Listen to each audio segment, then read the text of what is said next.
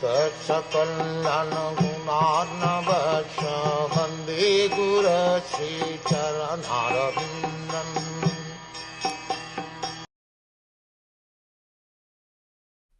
The personality of Godhead Ramachandra, being aggrieved for his distant, intimate friend, glanced over the city of the enemy Ravan with red-hot eyes like those of Hara, who wanted to burn the kingdom of heaven. The great ocean, trembling in fear, gave him his way because its family members, the aquatics like the sharks, snakes, and crocodiles, were being burnt by the heat of the angry red-hot eyes of the Lord. The personality of Godhead has every sentiment of a sentient being, like all other living beings, because he is the chief and original living entity, the supreme source of all other living beings. He is the Nitya, or the chief eternal amongst all other eternals. He is the chief one, and all others are the dependent many. The many eternals are supported by the one eternal, and thus both the eternals are qualitatively one.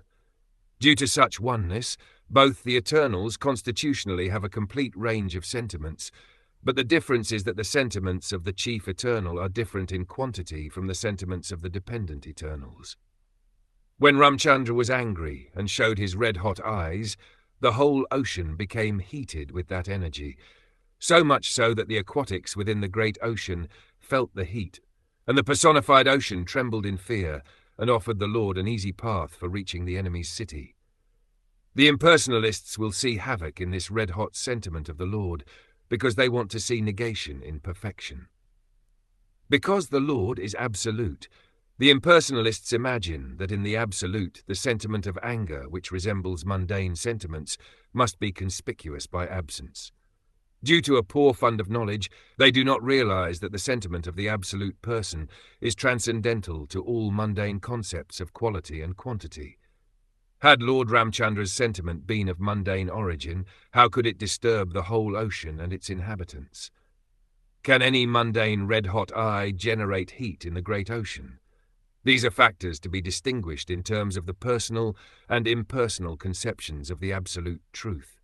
As it is said in the beginning of the Srimad Bhagwatam, the absolute truth is the source of everything. So the absolute person cannot be devoid of the sentiments that are reflected in the temporary mundane world. Rather, the different sentiments found in the absolute, either in anger or in mercy, have the same qualitative influence, or, in other words, there is no mundane difference of value because these sentiments are all on the absolute plane. Such sentiments are definitely not absent in the absolute, as the impersonalists think, making their mundane estimation of the transcendental world.